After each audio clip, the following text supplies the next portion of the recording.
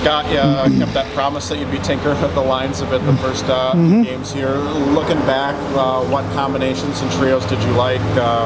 Which groups really stood out, do you feel?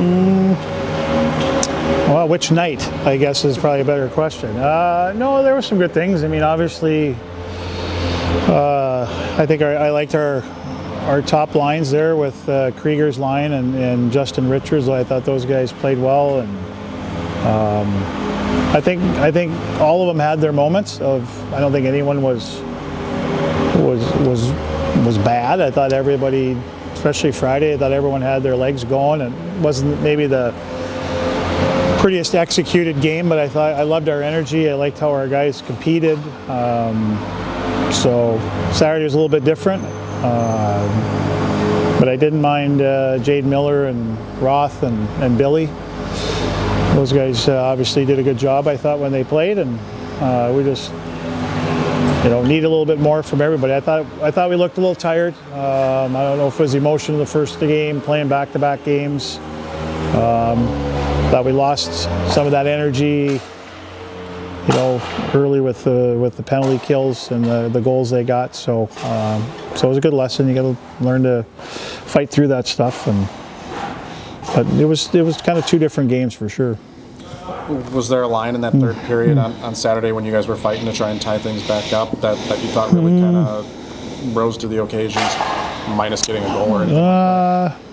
Not really. I think we needed somebody to try and do that. Like I said, I thought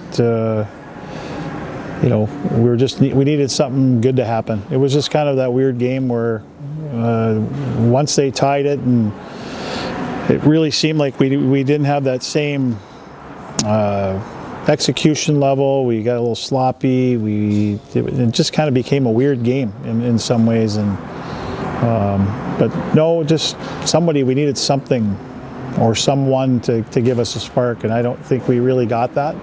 So hopefully that's not the case moving forward, but that's kind of how it felt on Saturday. Going into the year, we talked about, you had a lot of goal scorers to replace. How it kind of looked like everyone kind of thought Tough to be one of those guys that would step up and maybe help offensively. How nice was it to see him get off to a quick start here? Well, put in, I thought not just 2 goals, but 2 important goals. Yeah, I thought, again, going back Friday, I thought that line had really good energy. I thought they generated a lot of stuff. I mean, you always want your guys that you need to score, you expect to score early, because mentally for them it's good. Obviously the second goal for us was a big goal early in the third. So again, sometimes the timeliness, but just I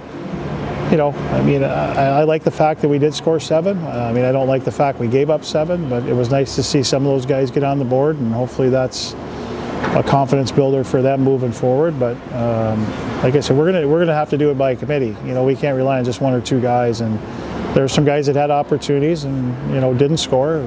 Hopefully they continue to get those opportunities, and if they do that, hopefully they will score. And those are the things that you look at the end of the night. Are we getting opportunities? Who's getting them?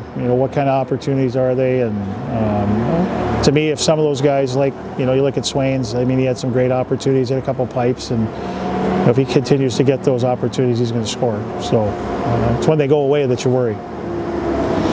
You saw both goaltenders in games this weekend. What stood out to you about both Deary and Shep?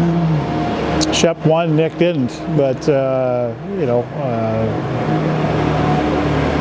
again, it's kind of just the way it was. Obviously the games were different. The emotion in the building was different. But again,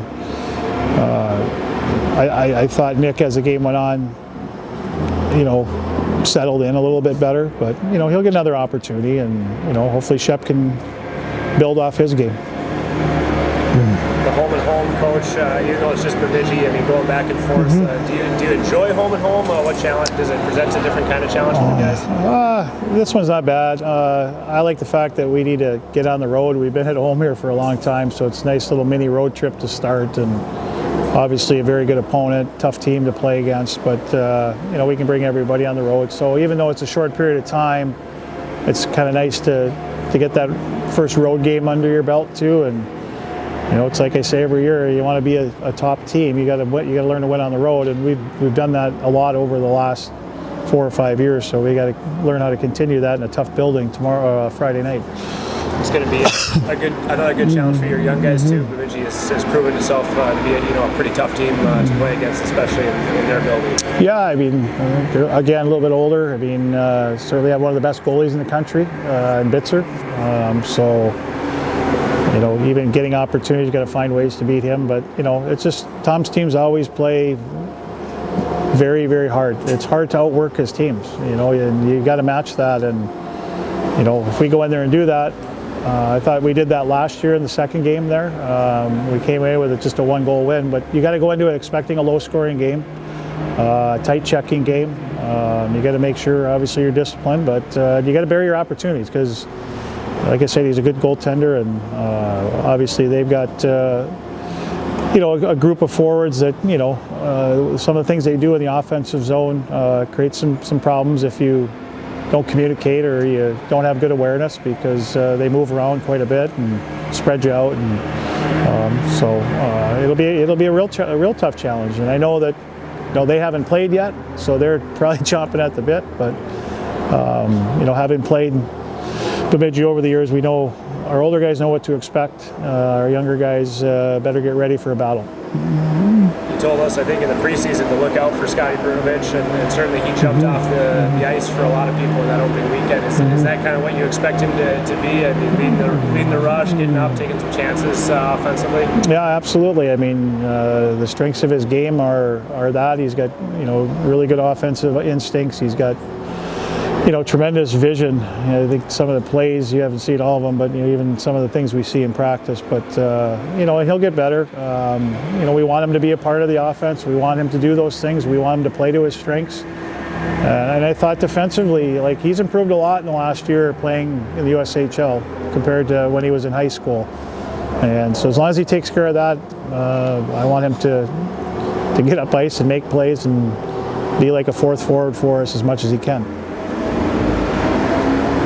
Scott, came up when I was talking with WCHA coach Joey over the weekend and Tom this week, the importance of non-conference play. That, it's still early in the year, but maybe it's because their league struggled in non-conference play last year. It's never too early to start thinking of the implications these games have later in the road, down the road. Even in the back of your mind, does that ever come up for you of what these games mean to where you guys want to get to at the end of the year? Well, they do. I mean, but again, to me, every game is important. I mean, I think our older guys know that. The younger guys will figure it out. As coaches, we all know how important every game is, how hard every game is, and again, you got to go into it no matter who you're playing. And if you don't go into it with the right mindset, you're going to get beat. It doesn't matter. So you got to go into it preparing for a battle, knowing that every game is going to be hard. It's a good, hard 60-minute game, and you got to go in there and play well. And again, for us, they're all important, but we want to take another step and try and become a better team over the course of 2 games this weekend. We want to win the games, just like Bemidji wants to win the games, but to me, it's still part of the process. So right now, our focus is to win Friday night and worry about Saturday. But everyone knows. I mean, everybody knows the importance of it. For us, we want to get back in the win column. I want to make sure we stress that this program we try not to lose 2 games in a row a lot. Like last year, we didn't do that. And you look at the year we had. You got to get back, whether it's a Friday loss to a Saturday win or a Saturday loss to a Friday win. You got to find a way to get back in the win column, and we're going to need a good 60-minute game, just like we would any other weekend.